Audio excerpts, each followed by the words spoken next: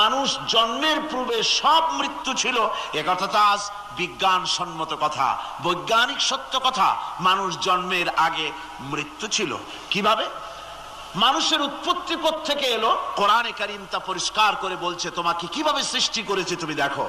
সন্তান মায়ের জরাইতে আসার পূর্বে সে ছিল পিতার শুক্রকীট আর মায়ের ডিম্বাণু, অর্থাৎ স্পার্মটোজন এবং ওভাম, এই দুটি জিনিসের মধ্যে সে বিভক্ত ছিল। মায়ের বক্ষপিঞ্জর এবং পিতার পৃষ্ঠদেশ থেকে সবেগে নির্গত এক ফোঁটা পানি দিয়ে আমি আল্লাহ পাক তোমাকে সৃষ্টি করেছি। কোরআনে কারীম বলছে, হাল আতা আলাল ইনসানি হিনুম মিনাদ দাহরি লাম ইয়াকুন শাইআম মাযকুরা। মানুষের জীবনে কি এমন এক সময় এসেছিল না যখন সে উল্লেখযোগ্য বিষয় বস্তু হিসাবে পরিগণিত ছিল না? তোমার নাম ছিল না, পরিচয় ছিল না, কিছুই ছিল না, দুনিয়ার কেউ তোমাকে জানতো না, শুনতো না। আমি আল্লাহ পাক তোমাকে সৃষ্টি করেছি। তুমি কোত্থেকে এলে? কোরআনে কারীম থেকে তা জেনে নাও। আল্লাহ রাব্বুল আলামিন বলেন, ইন্না খালাকনাকুম মিন তুরাবিন সুম্মা মিন নুতফাতিন সুম্মা মিন আলাকাতিন সুম্মা মিন মুদগা। আমি রাব্বুল আলামিন তোমাকে সৃষ্টি করেছি, মাটির উপাদান দিয়ে তৈরি করলাম। মা বাপের, পুরুষের স্পার্মটোজন আর মহিলাদের ওভাম দুটোতে মিলে মায়ের গর্ভের ভিতরে নাপাক পানি ফোঁটাকে জমাট রক্তে পরিণত করে দিলাম। এই জমাট রক্তকে গোশত বানালাম, কচি কচি হাড় দিয়ে একটা বডি, একটা স্ট্রাকচার তৈরি করলাম। তারপরে ফাকাসাউনাল ইযামা লাহমা, গোশত দিয়ে, রক দিয়ে, চামড়া দিয়ে সুন্দর করে ছাউনি দিয়া মায়ের গর্ভের ভিতরে আমি আল্লাহ রব্বুল আলামিন তোমাকে বানাইছি। মায়ের পেটের ভিতরে ফি কারারিম মাকিন, একটি সুরক্ষিত জায়গায় তোমাকে আমি রেখে দিলাম, যেখানে কোনো রোগ, কোনো জার্ম যেখানে পৌঁছতে পারবে না, কোনো অসুবিধা হবে না। এমন একটা জায়গায়, এমন একটা ইন্টেনসিভ কেয়ার ইউনিটের ভিতরে রেখেছি। সুবহানাল্লাহি ওয়া বিহামদিহি। একটা ইন্টেনসিভ কেয়ার ইউনিট যেখানে কোনো রকমের কোনো জার্ম প্রবেশ করে বা করবার কোনো ক্ষমতা নাই কারো। এমন একটা যে একটা প্যাকেট, সুন্দর একটা প্যাকেট, একটা কভারের মধ্যে তোমাকে তৈরি করা হলো মায়ের পেটের মধ্যে। তারপরে আজকে তুমি কুফরি করতেছো, আজকে আমাকে অস্বীকার করছো। ওই গর্ভের ভেতরে আমি ইচ্ছে করলে রক্তের পিণ্ডের আকারে মায়ের গর্ভ থেকে আবর্ষণ করে দিতে পারতাম, দুনিয়ার মুখ দেখতে পারতে না। মায়ের পেটের ভেতর থেকে মরা সন্তান হিসাবে বের করে দিতে পারতাম, বিকলাঙ্গ করে বের করে দিতে পারতাম, পঙ্গু করে বের করতে পারতাম। পারতেন না? আল্লাহ রাব্বুল আলামিন বলেন, কেমনে বানালাম? খালাকাল ইনসান, মানুষ আমি সৃষ্টি করেছি মায়ের পেটের ভিতরে বসে। যখন ক্ষুধার উদ্রেক হলো, রুহু যখন এসে গেল, ক্ষুধা লাগলো, খাবারের প্রয়োজন হলো, আমি কেমনে খাওয়ালাম? দুনিয়ার কোনো মা বাপ, কোন নেতা, কোন ডাক্তার, কোন চিকিৎসা বিজ্ঞানী মায়ের পেটের সন্তানের খাবার সরবরাহ করতে পারে না। আল্লাহ পাক বলেন, তুমি কি খাবে? ব্যবস্থা আমি করেছি। মায়ের মাসিক অসুখকে বন্ধ করে দিয়ে মায়ের নাভির সঙ্গে তোমার নাভির সাথে তার লাগাইয়া দিয়েছি, আর ওই তারের মাধ্যমে রক্ত বের করে দিয়া মায়ের রক্ত দিয়ে তিল তিল করে তোমারে বড় করেছি। রক্তটা মুখে লাগাই নাই, মুখে লাগলে পরে নাপাক রক্ত, মুখটা নাপাক হয়ে যাবে। নাভির ভিতর দিয়ে পাস করে দিলাম, মুখটাকে পবিত্র রেখে দিলাম, যাতে করে দুনিয়ায় আসার পর আমার পবিত্র বানানো মুখখানা দিয়া এই দুনিয়ায় বসে তোমার আল্লাহর পবিত্র নামের জিকির করতে পারো। এমন সুন্দর করে মায়ের পিঠের ভিতরে তৈরি করলাম, হাত দিলাম, পা দিলাম, সুন্দর করে বানালাম, এমন নিখুঁত করে বানালাম, তাকায়া দেখো নিজের দিকে, সুন্দর করে বানালাম। এরপরে কি করলাম? সুম্মা নুখরিজুকুম তিফলা, বাচ্চার আকারে মায়ের পেট থেকে আস্তে করে বের করে নিয়ে আসলাম। সুবহানাল্লাহি ওয়া বিহামদিহি।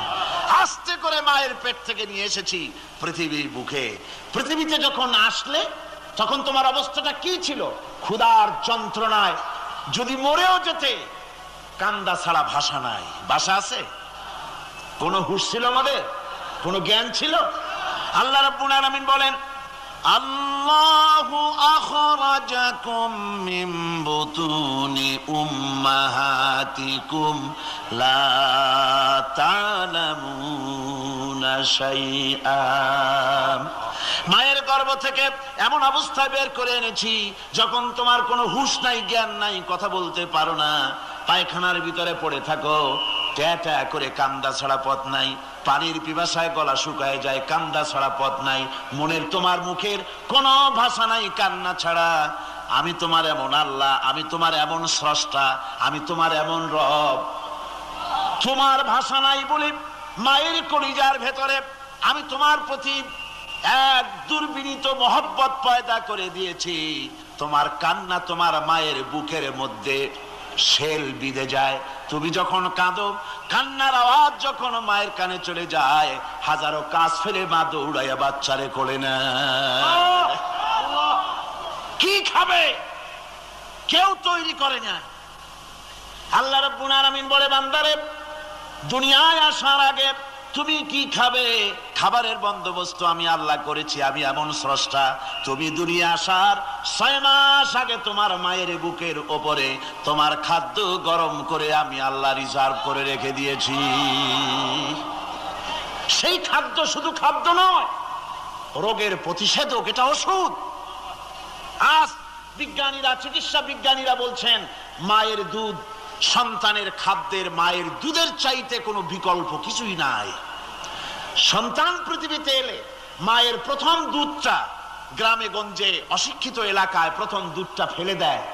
এটাকে মনে করে এটা খারাপ, এটা খাওয়াতে নাই, তাহলে ধনুষ্টঙ্কার হবে, হাবিজাবি কথা বলে। আল্লাহ দুধ বানাইছে বাচ্চার ধনুষ্টঙ্কার হওয়ার জন্য। মায়ের ওই প্রথম দুধটা হচ্ছে সন্তানের জন্য সমস্ত রোগের প্রতিষেধক। সে ছিল পেটের ভিতরে একটা কাভারের মধ্যে, ওখানে কোনো জার্ম ছিল না, কোনো রোগ জীবাণু ছিল না। ও পৃথিবীতে এসেছে যেখানে অক্সিজেনের ভেতরে জার্ম রয়েছে, বাতাসের ভিতরে জার্ম রয়েছে, যার পরিবেশটা খারাপ হয়ে আছে। মানুষের শ্বাস প্রশ্বাসে, নিঃশ্বাসে হাজারো রোগ বীজাণু জীবাণু ঘুরছে। এই রকমের একটা পৃথিবীতে এসেছে। আসার পরে কচি স্বাস্থ্য, কচি শরীর, কচি হার্ট, কচি লাংস, সেটাকে প্রতিরোধ করবে কি করে? সেজন্য আল্লাহ পাক মায়ের দুধের ভিতরে সমস্ত রোগের প্রতিষেধক দিয়ে দিয়েছেন। সুবহানাল্লাহ। আজকের বিজ্ঞানীরা তা স্বীকার করেছেন। অনেক মা তার সন্তানকে দুধ দেন না, নিজের শরীর স্বাস্থ্য ভালো রাখার চিন্তা করে বাচ্চাকে দুধ খাওয়ান না। এটা অত্যন্ত নির্মম কাজ। বাচ্চাকে দুধ খাওয়ালে বাচ্চার সাথে মায়ের মহব্বত বাড়ে। ইউরোপে, আমেরিকায় মাকে মা বলে ডাকে না, বাপকে শ্রদ্ধা করে না, সম্মান করে না। তার কারণ সেখানে মায়েরা তার সন্তানদেরকে কোলে নেয় না, সন্তানদেরকে ফিডার খাওয়ায়। আর আমি নিজের চোখে দেখেছি, মায়েরা ইউরোপে, আমেরিকায় যখন শপিং এ আসে, তখন রাস্তায় যখন আসে, তখন ওই পুশ চেয়ার গুলিতে বাচ্চাকে শোয়াইয়া, বাচ্চা এভাবে পুশ চেয়ারে করে ঠেলে নিয়ে যায়, আর কুত্তার বাচ্চাগুলি কোলে করে ঘুরে বেড়ায়। কুত্তার বাচ্চা কোলে নেয়, নিজের বাচ্চা পুশ চেয়ারে করে ঠেলে। সেই জন্য মায়ের প্রতি সন্তানের মহব্বত হয় না, সন্তানেরও মায়ের প্রতি কোনো শ্রদ্ধা জাগে না। আল্লাহর কি ব্যবস্থা! মায়ের কলিজার মধ্যে মহব্বত পয়দা করে দিয়েছেন আল্লাহ পাক। মায়ের বুকের দুধের ভিতরে আল্লাহ রাব্বুল আলামিন, আল্লাহ পাক বলছেন, আমি মানুষ সৃষ্টি করেছি আর তার সমস্ত প্রয়োজন মিটিয়েছি, তার খাবারের সব প্রয়োজন মিটিয়ে দিয়েছি। দুধটাকে ঘন করি নাই, হজম করতে পারবে না বলে ওই দুধটা সামান্য পাতলা করে দিয়েছি, ওর ভিতরে সামান্য মিষ্টি দিয়েছি। দুধের বোটার ভিতরে একটা ছিদ্র দিলে, চোষা মারলে পরে অনেকগুলি দুধ বেরিয়ে এসে গলাটা আটকে যেত, তোমার কচি কণ্ঠ গলা আটকে যেত, শ্বাস করতে পারতে না। এজন্য মায়ের স্তনের বোটার ভিতরে সূক্ষ্ম সূক্ষ্ম 32টা ছিদ্র করে আস্তে করে দুধ বার করে তোমার জীবন আমি বাঁচাইছি। খলাকাল ইনসান, মানুষ সৃষ্টি করেছি আমি আল্লাহ পাক। সুতরাং যে আল্লাহ পাক এ মানুষ সৃষ্টি করলেন আর মায়ের কলিজার ভিতরে মোহাব্বত পয়দা করে দিলেন, সে আল্লাহ পাক বলছেন খবরদার ওই মাকেও যেন আবার ভুলে যেও না, মাকে সম্মান করে করো, মা বাপকে মোহাব্বত করো, তাদেরকে শ্রদ্ধা করো, বউ পাইয়া সুন্দরী স্ত্রী পেয়ে মায়ের কথা ভুলে যেও না। অনেক সাহেব আছে মায়ের কথা ভুলে যায়, স্ত্রীর কথা অনুযায়ী মায়ের উপর অত্যাচার করে, এরকমও বহুত আছে। আল্লাহ পাক বলছেন শোনো, وَقَضَى رَبُّكَ أَلَّا تَعْبُدُوا إِلَّا إِيَّاهُ وَبِالْوَالِدَيْنِ إِحْسَانًا। তোমার প্রভুর পক্ষ থেকে ফয়সালা হয়েছে, চূড়ান্ত সিদ্ধান্ত হয়ে গিয়েছে, আমি আল্লাহর ইবাদতের পর তোমার মা বাপের ইহসান করবে, খেদমত করবে, তাদের জন্য উপকার করবে, তাদেরকে ভালোবাসবে। আল্লাহ রাব্বুল আলামিন বলেন মা বাবার সঙ্গে কেমনে কথা বলবে, তাদের সাথে কিভাবে আচরণ করবে, আল্লাহ তাও শিখিয়ে দিয়েছেন। আল্লাহ পাক বলেন ওয়ালা তাকুল লাহুমা ওয়া কুল লাহুমা কাওলান কারীমা। মা বাবার সাথে সম্মানজনক কথা বলো, ওয়া কুল লাহুমা কাওলান কারীমা, সম্মানজনক কথা বলো, মাথায় ঝাঁকি দিয়ে রাগ করে চোখ মোটা করে কথা বলো না। তুমি সন্তান, তোমার জন্য সবচাইতে বড় পীর তোমার আব্বা তোমার আম্মা, ঠিক কিনা কর? ছেলের জন্য, মেয়ের জন্য, সন্তানের জন্য সবচাইতে বড় পীর কে? বাপ মা। এটা ভালো করে মনে রাখতে হবে। আপনার মাওলানা সাহেবদের দোয়া, পীর সাহেবদের দোয়া কবুল হতেও পারে, নাও হতে পারে, 50-50 সম্ভাবনাও আছে, আবার সম্ভাবনা নাই।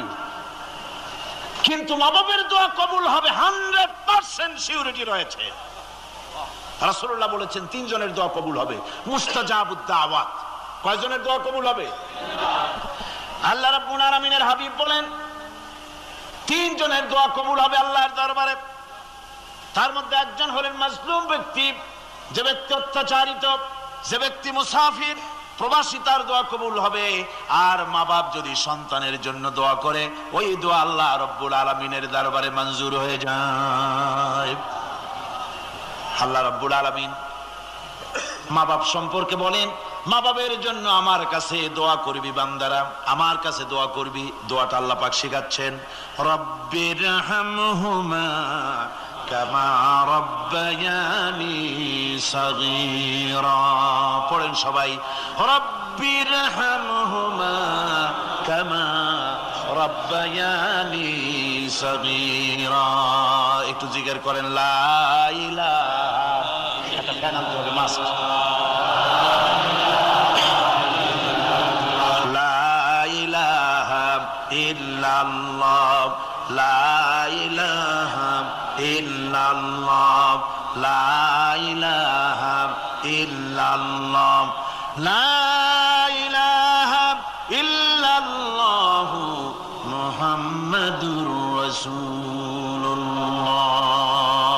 রব্বুল আলামিন পৃথিবীতে মানুষ চলাফেরা করবে, মানুষ জন্মগ্রহণ করে মৃত্যু পর্যন্ত চলার জন্য তার অর্থনীতি প্রয়োজন, রাজনীতি প্রয়োজন, সমাজনীতি প্রয়োজন, তার শিক্ষানীতি প্রয়োজন। জীবনের এই নীতিমালার বাঁকে বাঁকে মোড়ে মোড়ে সে হারায় যাবে। আল্লাহ তাআলা এমনকি তার বান্দার প্রতি আচরণ করতে পারেন না। সেজন্য রব্বুল আলামিন বান্দা পৃথিবীতে যেন সঠিক পথে চলতে পারে, এজন্য তার জীবনের প্রত্যেকটি মোড়ে মোড়ে বাঁকে বাঁকে আল্লাহ তাআলা কোরআনের আলো, নূরের আলো আল্লাহ জ্বালিয়ে রেখেছেন। আল্লাহ তাআলা বলেন, قد جاءكم من الله نور وكتاب مبين। قد جاءكم من الله نور। ও পৃথিবীর মানুষেরা শোনো, অবশ্যই আমি আল্লাহর পক্ষ থেকে তোমাদের জন্য এসেছে আলো, ও কিতাবুন মুবিন, আর দিয়েছি আমি একটা স্পষ্ট কিতাব, সুস্পষ্ট কিতাব। তোমাদের সৃষ্টি করে আমি অন্ধকারে ফালাই দেই নেই, আমি একটা আলো দিছি। সেই আলোটা কি? সূর্য? সেটি কি চন্দ্র? না, সেটি চন্দ্র নয়, সেটি সূর্য নয়। সেই আলোটির নাম হলো মুহাম্মাদুর রাসূলুল্লাহ সাল্লাল্লাহু আলাইহি ওয়াসাল্লাম। জীবনের এমন কোন দিক এবং বিভাগ নাই যেখানে আল্লাহ তাআলা মুহাম্মদ সাল্লাল্লাহু আলাইহি সাল্লামকে আদর্শ বানান নাই। সুবহানাল্লাহ। আমি তার কথাই আজকে আপনাদেরকে বলবো ইনশাআল্লাহ। বলি ইনশাআল্লাহ। প্রিয় ভাই সব, এই পৃথিবীতে আল্লাহ রাব্বুল আলামিন সব থেকে দুর্বল করে সৃষ্টি করেছেন মানব গোষ্ঠীকে। মানুষেরা সব থেকে দুর্বল। আপনি বলতে পারেন যে কেমনি আমরা দুর্বল হইলাম, এত মারামারি করি তারপরেও দুর্বল? হ্যাঁ, তারপরেও দুর্বল। যেমন গরু, সে তার আত্মরক্ষার জন্য মাথায় 2টা শিং পাইছে, আমরা কেউ শিং পাইনি, আমরা দুটি করতে পারিনি, ঠিক না? কথা কন না? কুকুরে কামড়াইতে পারেন, কুকুরের কাজ কুকুরে করেছে, কামড় দিয়েছে পায়, তাই বলে কি কুকুরে কামড়ানো মানুষের শোভা পায়? মানুষ কি কুত্তার গা কামড় দিতে পারবে? ওই রকমের শক্তিশালী দাঁত মানুষের আল্লাহ দেন নাই। সাপেরে আল্লাহ তাআলা বিষধর দন্ত দিয়েছেন, বাঘের খাবার মধ্যে নখর দিয়েছেন, মূলার মতো মোটা মোটা দাঁত দিয়েছেন। এমনকি আত্মরক্ষার জন্য ভীমরুল বড় রুল ফুটাবার মতো শক্তি আল্লাহ দিয়েছেন। এবার বলেন তো, আপনার কাছে আত্মরক্ষার কি আছে? আপনি তো বলতেই পারেন বীরত্বের সাথে, হ্যান করেঙ্গে ত্যান করেঙ্গে, লাঠি কি আন্দার মুগুর ভরেঙ্গে, বলতে পারবেন, কিন্তু লাঠির মধ্যে মুগুর আপনি ভরতে পারবেন না। মানুষের কাছে আত্মরক্ষার কোনো হাতিয়ার নাই। এই মাহফিলের মধ্যে যদি এখন একটা সাপ ঢোকে, অথবা বড় জাতের কয়েকটা ব্যাঙ ঢোকে, লাগানো শুরু করবে এই মাথা দিয়া, এই মাথা দিয়া লোক দৌড় আরম্ভ করবে। তারপর অন্তত সদরঘাট পর্যন্ত দৌড়ে গিয়ে জিজ্ঞেস করবে, ভাই আমরা দৌড়াই কেন? তো সামান্য ব্যাঙের সাথে পারি না, সামান্য সাপের সাথে পারি না, বললা ভীমরুলের সাথেও পারি না। আত্মরক্ষামূলক হাতিয়ার আমাদের কাছে দেওয়া হয় নাই। এরপরে এমনকি আমরা চোখে ভালো করে দেখি না, চোখ দিয়েও আমরা দেখতে পাই না। আপনারা বলবেন তাহলে আমরা কি ভেলকি দেখি? না, ভেলকি দেখেননি। আমাদেরকে দেখতে হলে আমরা আলোর সাহায্য দেখি, আলো না হলে আমরা দেখতেও পারি না। অমাবস্যার রাতে মানুষ নিজের শরীরও নিজে দেখতে পারেনি। এই যে অবস্থা, এই যে দুর্বলতা, এই দুর্বল মানুষকেই পৃথিবীর সকল সবল প্রাণীর চাইতে আল্লাহ তাআলা শ্রেষ্ঠ করেছেন। শ্রেষ্ঠ কে বলেন? কে? কিসের দিক থেকে শ্রেষ্ঠ? জ্ঞান। জ্ঞান দিয়ে আল্লাহ মানুষকে শ্রেষ্ঠ করেছেন। সুতরাং জ্ঞান দিয়ে আপনি সব চিনবেন, আর আলোর পথ চিনবেন না, তা তো হতে পারে না। এই জন্য আপনি সব যেমন চেনেন, আলোর দিশাও আপনাকে পাইতে হবে। আপনার নেতা Karl Marx, Lenin, Mao Tsetung, Hegel, Darwin, Copernicus, Kepler, এরা আপনার নেতা হতে পারে না। আপনার আমার নেতা হবেন মুহাম্মদুর রাসূলুল্লাহ সাল্লাল্লাহু আলাইহি ওয়াসাল্লাম। আচ্ছা, ওনারা নেতা হবেন না কেন? সেটাও একটু ব্যাখ্যার দাবি রাখে। ওনারাও কিন্তু কষ্ট করেছেন। মার্কস, হেগেল, মাও সেতুং, এরা কষ্ট করেছেন, জেল খেটেছেন, বই লিখেছেন, মানবতার কল্যাণে এগুলি করেছেন। কিন্তু তাদের কথার কোনো মিল ছিল না। এক একজন এক এক ধরনের কথা বলেছেন, এবং তাদের কথা দিয়ে পৃথিবীর মানুষের জন্য কোন স্থায়ী শান্তি প্রতিষ্ঠিত হয় নাই পৃথিবীর 1 ইঞ্চি জমিনের ওপারেও। এটা ঠিক কিনা? নবীদের কথায় আমাদের চলতে হবে, কারণ নবীদের কথার মধ্যে কোনো গরমিল হয় নাই। আদম আলাইহিস সালাম বলেছেন আল্লাহ এক, নূহ আলাইহিস সালাম বলেছেন বেশি হইতে পারে, নাউযুবিল্লাহ। ইব্রাহিম আলাইহিস সালাম বলেছেন আখিরাত আছে, আরেকজন নবী বলেছেন নাও থাকতে পারে। একজন নবী বলেছেন কবর আযাব হবে, আরেকজনে বলেন এটা একটা আমার চিন্তায় না থাকতেও পারে। এইরকম নবীদের কথার মধ্যে কোনো ব্যস্কম হয়েছে? বলেন হয়েছে? কেন হয় নাই? কারণ দার্শনিক, রাজনীতিবিদ, ওদের যে শ্রেণী, ওর থেকে নবীদের শ্রেণী সম্পূর্ণ স্বতন্ত্র, এবং 2 শ্রেণীর মাঝে গালফ অফ ডিফারেন্স।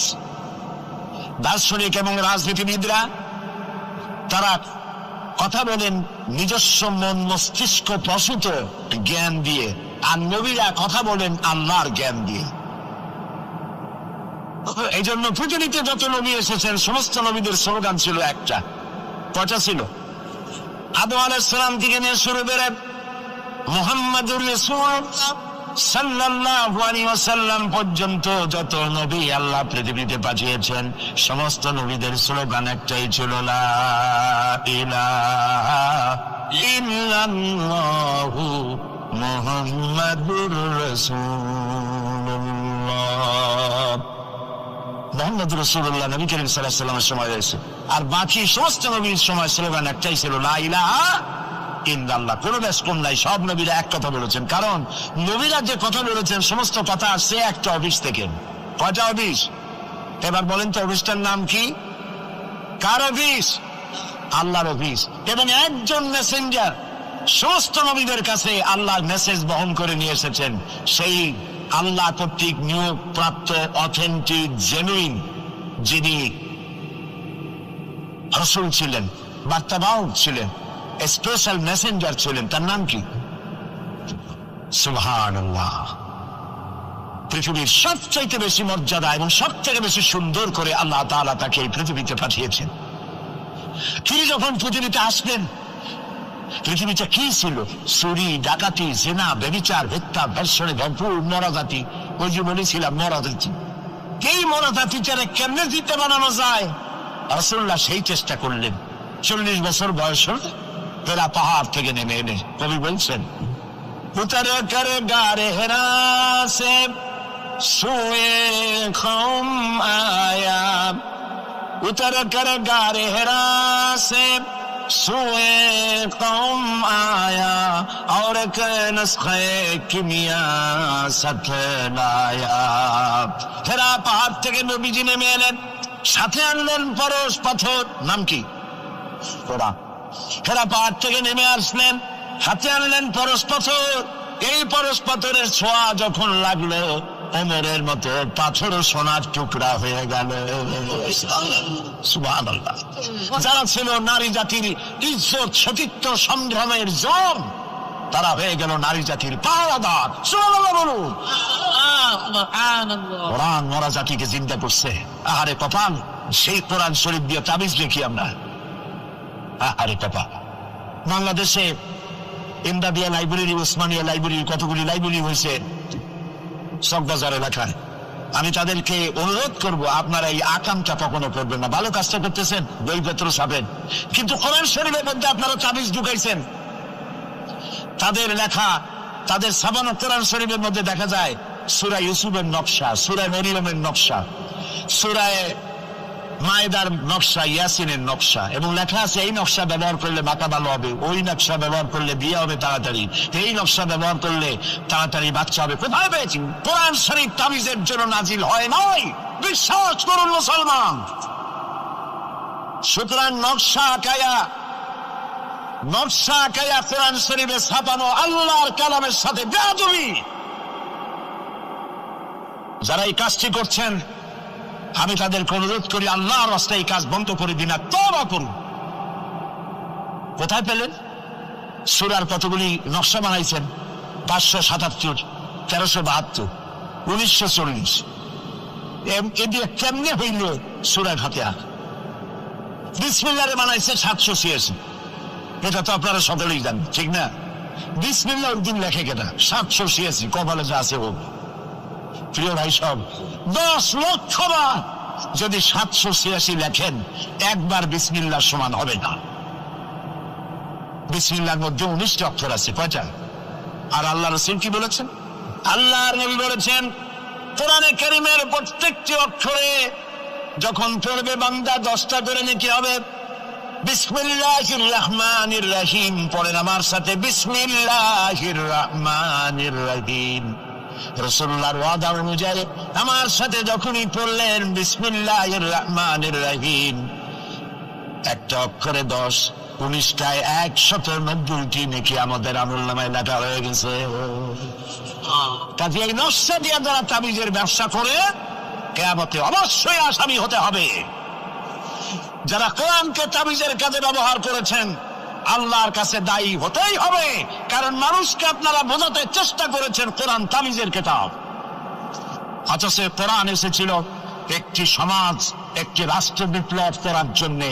রাসূলুল্লাহ হচ্ছেন পৃথিবীতে সুন্দর সুখী সমৃদ্ধশালী আধুনিক রাষ্ট্রের শ্রেষ্ঠ রূপকার।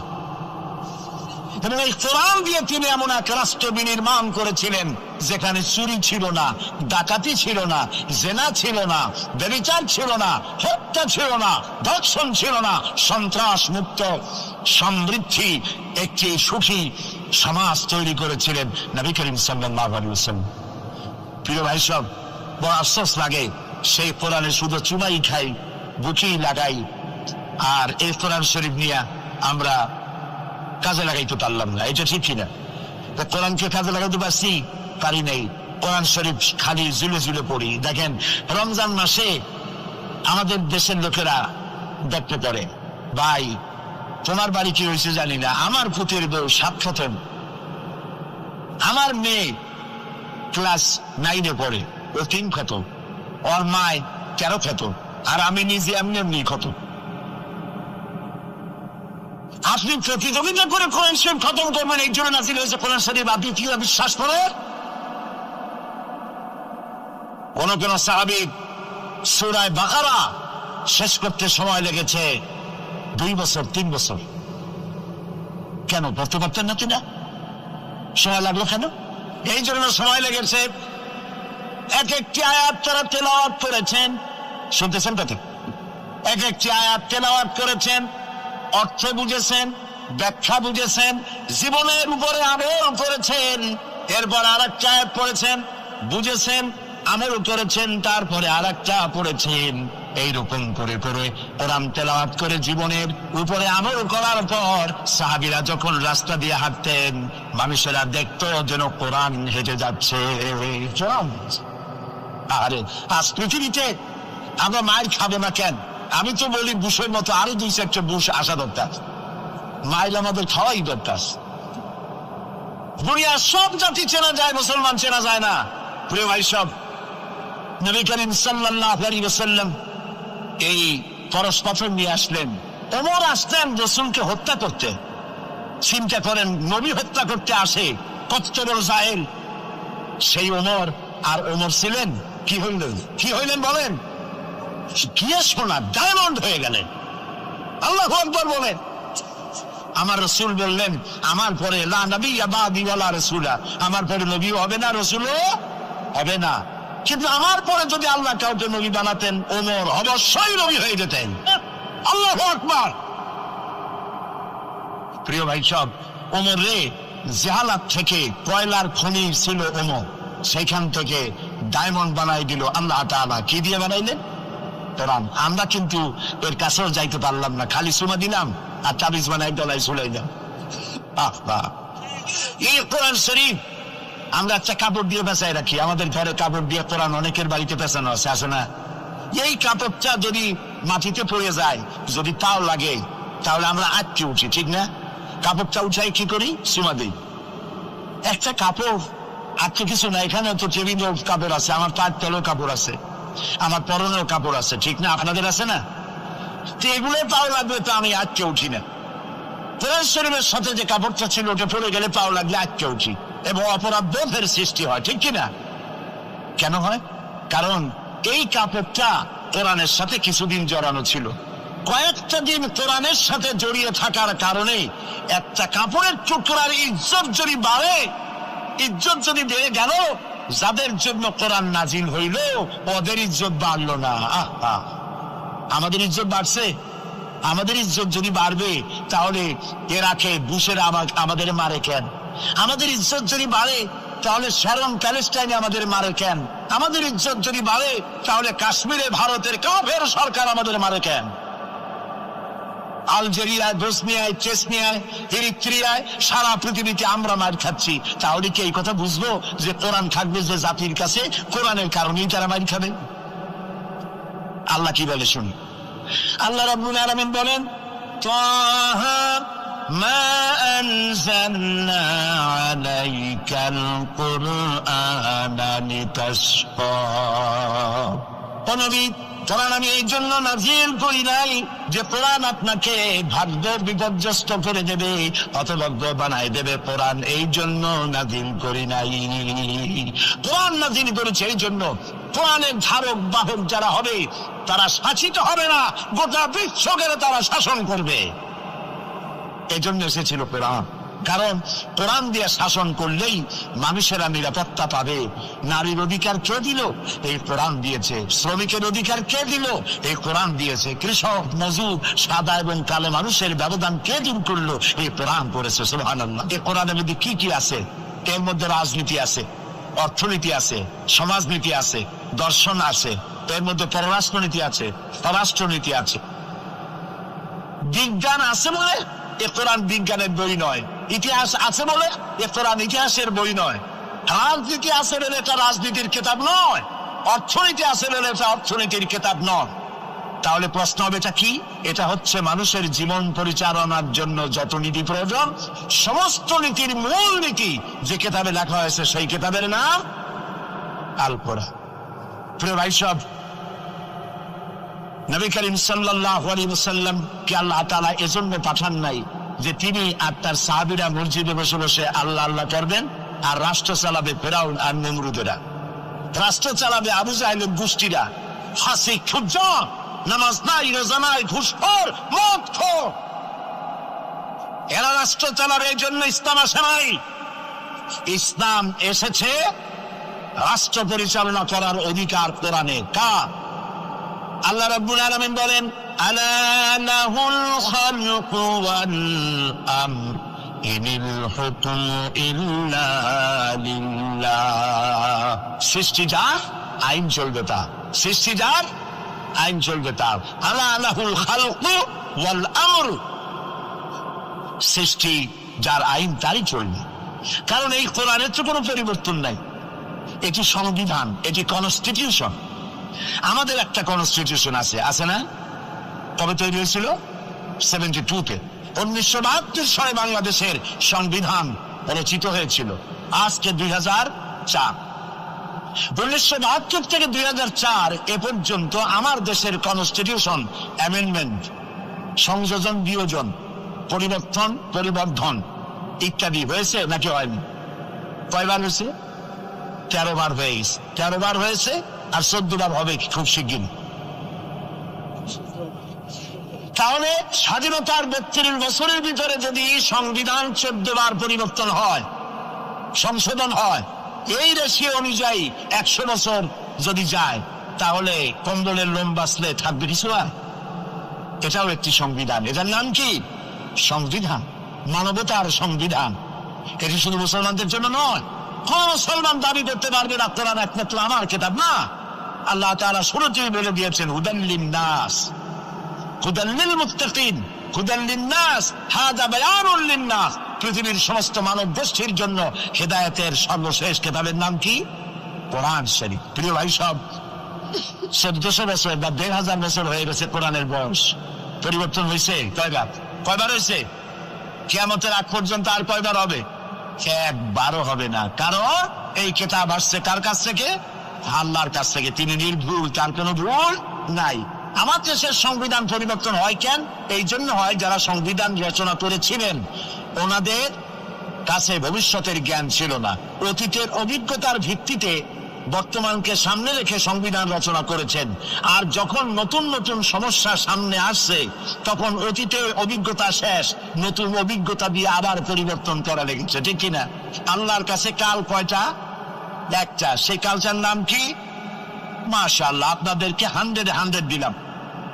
এইরকম কথা যারা মনে রাখতে পারে, এই সব শ্রোতাদেরই কথা বলে শুনাইয়া আনন্দ আছে। আল্লাহ যেন আমারও ফায়দা দেয়, আপনাদেরকেও দেন, বলি আমিন। তাহলে আল্লাহ রাব্বুল আলামিনের কাছে কাল হইল কয়টা? একটা। ওই কালটার নাম কি? বর্তমান। বর্তমানের উপরে ভিত্তি করে আল্লাহ তাআলা কোরআন তৈরি করেছেন, তাই এর কোনো অ্যামেন্ডমেন্টের প্রয়োজন হয় নাই, কিয়ামত পর্যন্ত হবে না। যদি শান্তি চাই, আমাদের দেশে এখন তো আগেও সন্ত্রাস ছিল, এখনো সন্ত্রাস আছে। সন্ত্রাস নির্মূল আমরা করতে পারবো না যতক্ষণ না এই কোরআনের শাসন প্রতিষ্ঠিত হচ্ছে, ততক্ষণ পর্যন্ত সন্ত্রাস নির্মূল করা যাবে না। এই ব্যাপারে আরো কথা সামনে বলবো, বলেন ইনশাআল্লাহ। প্রিয় ভাই সব, তো আল্লাহ রাব্বুল আলামিন আমাদেরকে একখানা কিতাব দিলেন আর জিজ্ঞেস করলেন, আমাদেরকে বললেন আফাগায়রা দীনিল্লাহি ইয়াবগুন ওয়া লাহু আসলামা মান ফিস সামাওয়াতি ওয়াল আরদি তাওআন ওয়া কারহা। আফাগায়রা দীনিল্লাহি ইয়াবগুন, আল্লাহর দেওয়া জীবন ব্যবস্থাকে ছেড়ে দিয়ে মানুষের তৈরি করা, অন্যের তৈরি করা কোন জীবন বিধান তোমরা তালাশ করো নাকি? আল্লাহ প্রশ্ন করছো। ওয়ালাহু আসলামা মান ফিস সামাওয়াতি ওয়াল আরদ, অথচ আকাশে যা আছে, জমিনে যা আছে, আমি দত্তের মস্তক সবাই অবনত করে দিয়েছে আমি আল্লাহর সামনে। সুবহানাল্লাহ। আর তাই সেখানে শান্তি। যারা আল্লাহর আইন মানে সেখানেই শান্তি। দেখেন, একটু আগে আমি বলেছিলাম শুরুতে, সকল প্রাণীর আত্মরক্ষার হাতিয়ার আছে। আমাদের যদি আত্মরক্ষা করতে হয়, লাঠি, বন্দুক, ছুরি ইত্যাদির আশ্রয় দিতে হয়। আমার শরীরে, আপনার শরীরে আত্মরক্ষামূলক কোন হাতিয়ার বলে নাই। এখন আপনি বলেন, আত্মরক্ষার হাতিয়ার আছে বাঘের। সুন্দরবনে বাঘ আছে নাকি নাই? আপনারা কি এটা শুনেছেন যে গত বছর সুন্দরবনের বাঘেরা কোন একটা বিষয় নিয়ে রাগারাগি করিয়া নিজেরা কামড়ি করে 200 বাঘ মারা গেছে? হয়েছে এরকম? কুমিরের এত বড় বড় দা এরকম খিল লেগে যান। এইসব কুমিরেরা তারা জঙ্গলে অথবা নদীর ভিতরে মারামারি করিয়া নিজেরা মারামারি করে 400-500 কুমির মারা গেছে। পাখিরা মারামারি করে মরছে, সাপেরা মারামারি করে মরছে। এরকম হয়েছে কখনো? হয় না।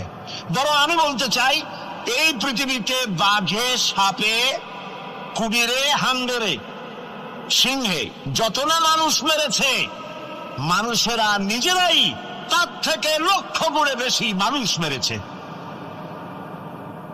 ওদের মধ্যে শান্তি আছে, আমাদের মধ্যে শান্তি নেই। ওরা আল্লাহর আইন মানে, মানুষ আল্লাহর আইন অমান্য করে।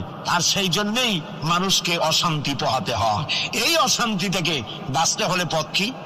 আল্লাহ রাব্বুল আলামিন বলেন, ইত্তাবিউ মা উনজিলা ইলাইকুম মির রাব্বিকুম ওয়া লা তাত্তাবিউ মিন দুনিহি আউলিয়া। ইত্তাবিউ মা উনজিলা ইলাইকুম মির রাব্বিকুম, আনুগত্য করো, অনুসরণ করো, অনুকরণ করো ওই জিনিসের যা তোমার রবের পক্ষ থেকে নাজিল হয়েছে। কি নাজিল হয়েছে বলেন? এইটার অনুসরণ করো। ওয়ালা তাত্তাবিউ মিন দুনিহি আউলিয়া। আর তোমাদের নেতারা যা কিছু তোমাদের জন্য বানিয়েছে তার অনুসরণ করো না। মানব রচিত আইনে শান্তি নাই। আল্লাহ তাআলা বলছেন, আমার বান্দারা, ইত্তাবিউ মা উনজিলা ইলাইকুম মির রাব্বিকুম, আল্লাহর পক্ষ থেকে যে কিতাব আসছে এইটার অনুসরণ করো, এটার মধ্যে সব আছে। নবী করিম সাল্লাল্লাহু আলাইহি ওয়াসাল্লাম এটাকে দিয়েছিলেন যেভাবে, সেইভাবে করতে হবে। আমরা কি নবীকে সেই মর্যাদা দেই? না দেইনি। মুহাম্মদ সাল্লাল্লাহু আলাইহি ওয়াসাল্লামকে মনে করেছি অন্যান্যরা যেমন নেতা, মুহাম্মদ সাল্লাল্লাহু আলাইহি ওয়াসাল্লাম এইরকম একজন ধর্মীয় নেতা।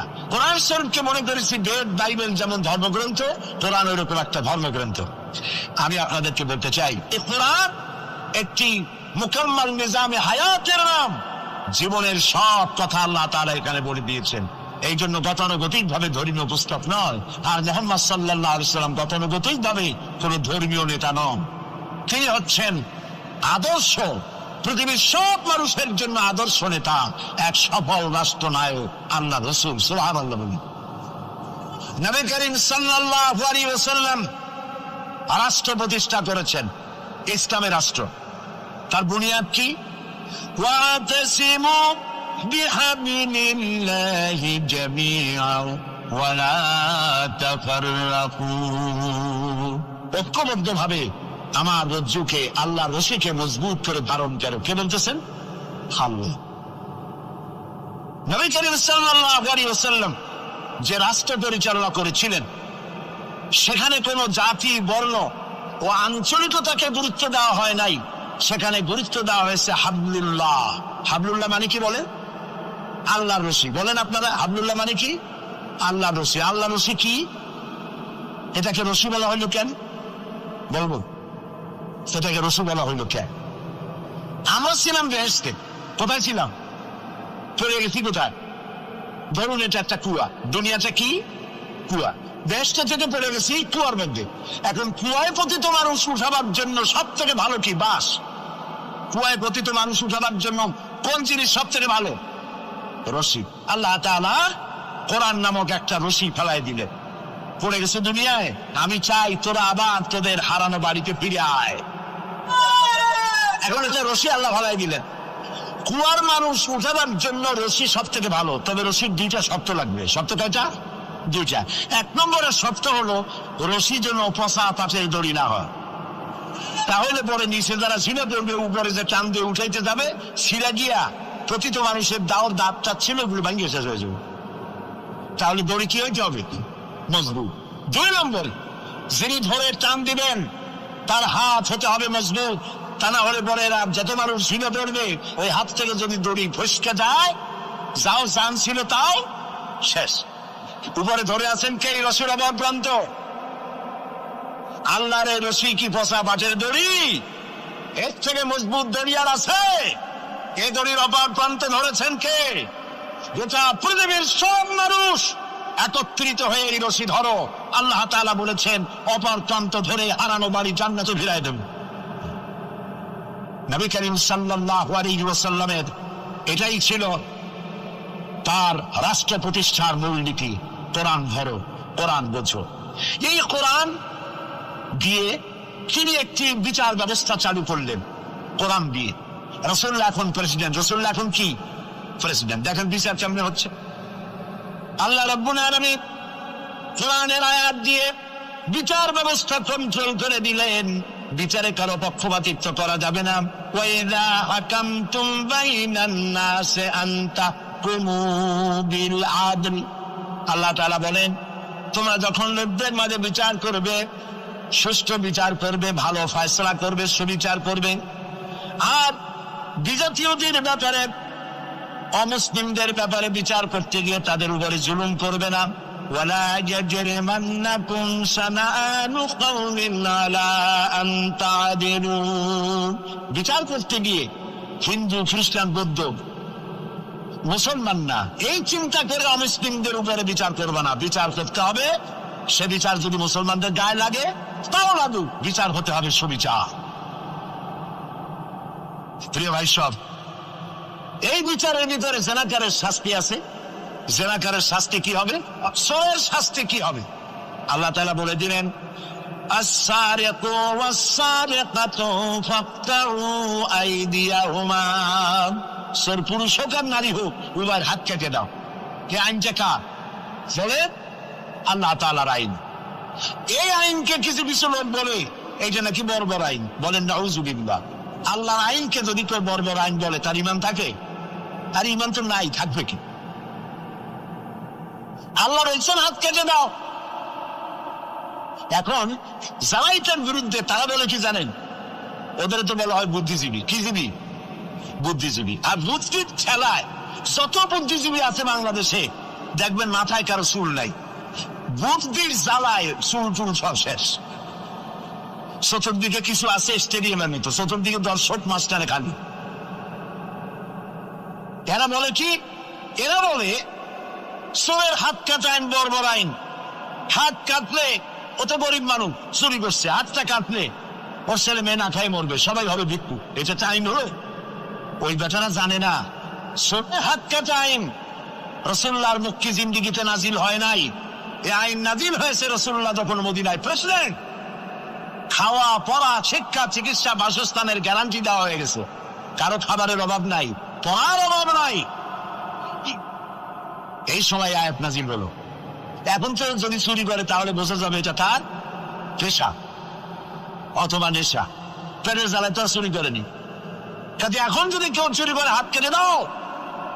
হযরত ওমর রাদিয়াল্লাহু তাআলা আনহু বলেছেন তার জামানায় একদম দুর্ভিক্ষ হয়েছিল মদিনায়। তিনি বলেছিলেন এখন যদি কোন চোর ধরা পড়ে এই অবস্থায় যে পেটের জ্বালায় চুরি করছে, এটা যদি প্রমাণিত হয় তাহলে হাত কাটা আইন চালু করবা না। তার মানে ইসলাম আগে দেয় পেটে, তারপরে দেয় পিঠে। এই জন্য ইসলামী সরকার তার কাজই হলো জাতির উপরে, দেশবাসীর উপরে ইনসাফ করা, তাদের প্রয়োজন মিটিয়ে দেওয়া। এটা হচ্ছে তাদের দায়িত্ব। সেই দায়িত্ব করে ইসলাম। এবার দেখেন নরহত্যার শাস্তি। এই যে সমানে খুন হইতেছে বিভিন্ন জায়গায়, শাস্তি হয় না, সেই জন্য খুন বাড়তে থাকে। বিচারের কিছু মাইল পেস আছে, সেই মাইল পেসে চোরগুলা, ডাকাতগুলা, সন্ত্রাসীগুলা পার পাইয়ে যায়। পুলিশেরা জীবন প্রাণান্ত করে এক একটা আসামি ধরে, প্রাণান্ত করে আসামি ধরে, তারপরে হাইকোর্ট থেকে জামিন পেয়ে যায়। যারে ধরলো জামিন পেয়ে গেল।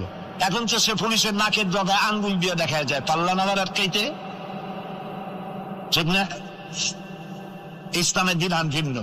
হত্যা করেছে, ইয়া আইয়ুহাল্লাযীনা আমানু কুতিবা আলাইকুমুল কিসাসু ফিল কাতলা, তোমাদের প্রতি নরহত্যার শাস্তি স্বরূপ কিসাস নির্দিষ্ট করা হয়েছে, অর্থাৎ হত্যার বদলে হত্যা। যে হত্যা করেছে প্রমাণিত হয়েছে, পরে নিয়ে আসো পল্টনের মাঠে, রেডিওর সমস্ত চ্যানেলগুলিকে দাওয়াত দাও, পত্রিকার সাংবাদিকদের দাওয়াত দাও, লোকেরা দেখুক, সকলের সামনে ওকে হত্যা করা হোক। জিনার শাস্তি আযানি ওয়াযানিয়াতু আযানিয়াতু ওয়াযানি ফাজলিদু কুল্লা ওয়াহিদিন মিনহুমা মিআতা জালদা। জিনাকার পুরুষ, জিনাকারিনী মহিলা 100 দৌড়া মারো, যদি অবিবাহিতা হয়, আর বিবাহিতা হলে প্রাণদণ্ড দাও। একজন ধর্ষক যে নারী ধর্ষণ করেছে, ধর্ষণ হচ্ছে না, বিচার নাই। ওই আমলে গত 5 বছরে জাহাঙ্গীরনগর বিশ্ববিদ্যালয় এক কোরআনদার 100 বার জেনা করেছে, 100 বার। তারপরে ককটেল পার্টি করেছে। যখন পত্র পত্রিকায় সমালোচনার ঝড় উঠল, তখন সেই সময়ের নেতৃবৃন্দরা এর একটা বিচার উঠেছিল। সেই বিচার হলো ওই কুলাঙ্গার তাদেরই সোনার ছেলে, তারে ডাকিয়া মাথায় হাত বুলাইলো, এই দুষ্ট ছেলে, এরকম করতে নাই। এই হলো বিচার। ইসলামের বিচারটা কি? ইসলামের বিচার হয়েছে ধর্ষক প্রমাণিত হয়েছে, নিয়ে আসো ময়দানে, চতুর্দিকে লোকেরা পাথর নিয়ে দাঁড়াও, পাথর মেরে ওর গায়ের গোস্ত, হাড্ডি, চর্বি, চামড়া, রক্ত বাতাসের সাথে উড়ায় দাও। এই দৃশ্য যারা দেখবে উপস্থিত থেকে, রেডিও এবং টেলিভিশনের মাধ্যমে যারা দেখবে, চিন্তা করেন, এরপরে যদি ধর্ষণ এই নামটা যদি মাথায় আসে, 15 জগ পানি খাওয়া লাগবে ধর্ষণের, ঠিক কিনা বলে? এই বিচারটা কার? চিল্লাবেন। নবী করিম সাল্লাল্লাহু আলাইহি ওয়াসাল্লাম পৃথিবীর সফল শ্রেষ্ঠ রাষ্ট্রনায়ক, কোরআনের এই বিচার পদ্ধতি দিয়ে একটি সুন্দর সমাজ বিনির্মাণ করেছিলেন, যেখানে চুরি নাই, ডাকাতি নাই, জেনা নাই, হত্যা নাই, ধর্ষণ নাই, সব বন্ধ। প্রিয় ভাই, সব আল্লাহর কথা, রাসূলের কথা, ইতিহাসের কথা বলছি, আলহামদুলিল্লাহ বলে। নবী করিম সাল্লাল্লাহু আলাইহি ওয়াসাল্লাম ইন্তেকাল করলেন, এরপরে ক্ষমতা এলেন হযরত আবু বকর, প্রধান বিচারপতি হলেন হযরত ওমর। ইতিহাস লিখছে, ফামাকাতা আমান কামিলান ফালাম ইয়াখতাসিম ইলাইহি ইসনান। 1 বছর পার হয়ে গেল, হযরত ওমরের বিচারালয় একটা লোক বিচার চাইতে আসে নাই। আছে পৃথিবীতে কোন ইতিহাস এরকম যে 1 বছরের প্রতি মামলা হয় না? বলেন আপনারা, আছে? হযরত ওমর রাদিয়াল্লাহু তাআলা আনহু হযরত আবু বকরের কাছে গিয়ে বললেন, মা হাজাতা বি ইনদা কওমিন মুমিনিনা ইয়া খলিফাত রাসূলিল্লাহ, হে আল্লাহর রাসূলের খলিফা, এই দেশে একটা বিচারকের দরকার কি? তিনি জিজ্ঞেস করলেন, লিমাযা? কইছে, আমি তো এক বছর থাকলাম, খালি বসে বসে কাঠখড়ি গুনলাম, কেউ বিচার চাইতে আসলো না। হযরত আবু বকর জিজ্ঞেস করলেন, তোমার কাছে যে কেউ বিচার চাইতে আসলো না, তার কারণ কি? তিনি বললেন, দীনুহুমুন নাসিহা, এই জাতির দিন হচ্ছে নাসিহা করা, পরস্পরের কল্যাণ কামনা করা। ওয়া মানহাজুহুমুল কুরআন, আর তাদের সংবিধান হচ্ছে কোরআন। ওয়া আমালুহুম আল আমরু বিল মারুফ ওয়ান নাহয়ু আনিল মুনকার, আর এই জাতির আমল হলো ভালো কাজের আদেশ করা, অন্যায় কাজ থেকে মানুষকে বিরত রাখা। কুল্লু ওয়াহিদিন মিনহুম ইয়ারিফু হাদ্দাহু ফায়াকিফু ইনদাহু, আর এর প্রত্যেকটি ব্যক্তি তার সীমারেখা চেনে, আল্লাহর হদ সীমারেখা চেনে, এবং সেই সীমারেখার কাছেই সে দাঁড়িয়ে যায়। সুতরাং এই যখন এই জাতির অবস্থা, হাফিমা হুম ইয়াখতাসিমুনা ইলাইয়া ইয়া খলিফাত রাসূলিল্লাহ সাল্লাল্লাহু আলাইহি ওয়াসাল্লাম, এই যখন জাতির অবস্থা, সেই জাতি মামলা করতে আসবে কেন? সুবহানাল্লাহ। মামলা নাই, মোকদ্দমা নাই, এমন একটি সমাজ নবী করিম সাল্লাল্লাহু আলাইহি সাল্লাম তৈরি করেছেন। এবং এই সমাজে মানুষকে উপার্জনের জন্য তাগিদ দেওয়া হতো, চুপ করে বসে থাকতে পারবে না, কাজ করে খাও। কি করে খাও বলেন? কি করে খাও? কাজ করে খাও। হাত যে এইভাবে করে নেয়, এই হাতের কোনো দাম নাই, এভাবে করে তিনি দেয়, সেই হাতের দাম বেশি। সুবহানাল্লাহ। আল্লাহ রাব্বুল আলামিন বলেন, ফাইদা কুদিয়াতিস সালাতু ফান্তাশিরু ফিল আরদি ওয়াবতাগু মিন ফাদলিল্লাহ। নামাজ যখন পড়া হয়ে গেল, ছড়িয়ে পড়ো আমার ময়দানে, ক্ষেত খামারে, অফিসে, আদালতে, রুজি কামাই করো, বসে থেকো না। রাসূলুল্লাহ বলেছেন, ইদা সাল্লাইতুমুল ফাজরা ফালা তানুমু আন তালবে আরযাকুম। ফজরের নামাজ যখন পড়া হয়ে বসে থেকো না, ফালা তানুমু, ঘুমায়ো না, আন তালবে আরযাকুম, রুজি কামাবার জন্য মাঠে ময়দানে নেমে যাও। হযরত ওমর রাদিয়াল্লাহু তাআলা আনহু মসজিদে নববীতে ফজরের নামাজ পড়ে দেখলেন এক গ্রুপ লোক সেখানে বসা। জোহরের সময় দেখলেন সেই লোকগুলি বসা, আসরও দেখলেন, মাগরিবেও দেখলেন, এশাও দেখলেন। প্রশ্ন করলেন, তোমরা যে এখানে বসা, তোমরা কারা? গতকাল ফজর থেকে আজকে এশা পর্যন্ত দেখতেছি, তোমরা কারা? তারা বললো যে আমরা এখানে আল্লাহর জিকির আজগার করি, দূর থেকে আসছি। খাও কি? যে কিছু লোকেরা আমাদেরকে রান্না বান্না করে খাও, আমরা আল্লাহর জিকির করি তো এই জন্য রান্না বান্না করে আমাদের খাওয়াই যায়। হযরত তোমার বলছেন, তোমাদের মতো অলসগুলোরে যে খাওয়ায়, তোমাদের থেকে ওই লোকগুলির মর্যাদা আল্লাহর কাছে অনেক বেশি। তবে মনে রাখো, আগামীকাল ফজরের পরে যদি এই জায়গায় তোমাদেরকে বসে থাকতে দেখি, ব্যাট মেরে মসজিদের নববী থেকে বের করব। কাজ করো। ইসলাম কাজের প্রতি উৎসাহিত করেছে এবং ধনাঢ্য লোককে দায়িত্ব দিয়েছে, অফি আমওয়ালিহিম হাক্কুল লিসাইল ওয়াল মাহরুম। ধনীদের উচিত গরিবদের অধিকার আদায় করে দেওয়া, তাই লা ইয়াকুনা দুলাতাম বাইনাল আগনিয়াই মিনকুম, যাতে করে তোমাদের সম্পদগুলি গুটিগত কুরতের ভিতরে যেন পঞ্জীবিত হয়ে না থাকে। নবী করিম সাল্লাল্লাহু আলাইহি সাল্লাম তার রাষ্ট্র ব্যবস্থার মধ্যে একটি ব্যাংক তৈরি করেছিলেন। ব্যাংকের নাম ছিল বাইতুল মাল। বরুণ ব্যাংকের নাম কি ছিল? বাইতুল মাল। এই বাইতুল মাল ইনগ্রাল সেশন, ওপেনিং সেশন, এই বাইতুল মাল ব্যাংকের রাসূলুল্লাহ উদ্বোধন করলেন। উদ্বোধন করার সময় তিনি বললেন, মান তারাকা দায়নান আও দিয়ান ফালাইয়া। আমার রাষ্ট্রের ভেতরে কোন মানুষ যদি ঋণগ্রস্ত হয়ে মারা যায় আর তার ঋণ পরিশোধের কোন সুযোগ যদি না থাকে তার ছেলে মেয়ের কাছে, তার বউয়ের কাছে, তাহলে তার অসহায় সমস্ত ইতিম বাচ্চা পরিবারের লোকগুলি আর ঋণ পরিশোধের দায়িত্ব আমি মুহাম্মদ সাল্লাল্লাহু আলাইহি সাল্লাম আমার কাঁধে উঠাইয়া নিলাম। এটি ছিল সোশ্যাল ওয়েলফেয়ার স্টেট, একটি কল্যাণ রাষ্ট্র। এই পৃথিবীতে কল্যাণ রাষ্ট্রের কনসেপশন সর্বপ্রথম যিনি দিয়েছেন, আধুনিক রাষ্ট্র প্রতিষ্ঠান রূপকার বিশ্বনবী মুহাম্মদ রাসূলুল্লাহ সাল্লাল্লাহু আলাইহি ওয়াসাল্লাম। তাই রাষ্ট্র ছিল সুখী, সমৃদ্ধ, চুরি নাই, ডাকাতি নাই, মাস্টারি নাই, চাঁদাবাজি নাই। এই দৃশ্য যখন কাফেরেরা দেখলো, তখন কাফেরেরা মনে করলো যে আমরা তো খামোখাই রাসূলের সাথে বিরোধিতা করেছি, উনি তো আমাদের শত্রু না। তখন অবস্থাটা কি হলো? আল্লাহ রাব্বুল আলামিন এই পরিস্থিতিতে সূরা নাসর নাজিল করলেন।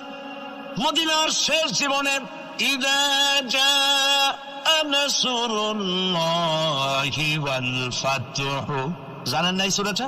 পড়েন, ইযা জাআ নাসরুল্লাহি ওয়াল ফাতহু ورأيت الناس يدخلون في دين الله أفواجا فسبح بحمد ربك واستغفر إنه كان توابا ইদা জা নাসরুল্লাহিল ফাতহু, আল্লাহর পক্ষ থেকে যখন মদদ আসবে, বিজয় আসবে, তখন দেখতে পাবে দলে দলে লোক ইসলামে প্রবেশ করতেছে। সুবহানাল্লাহ।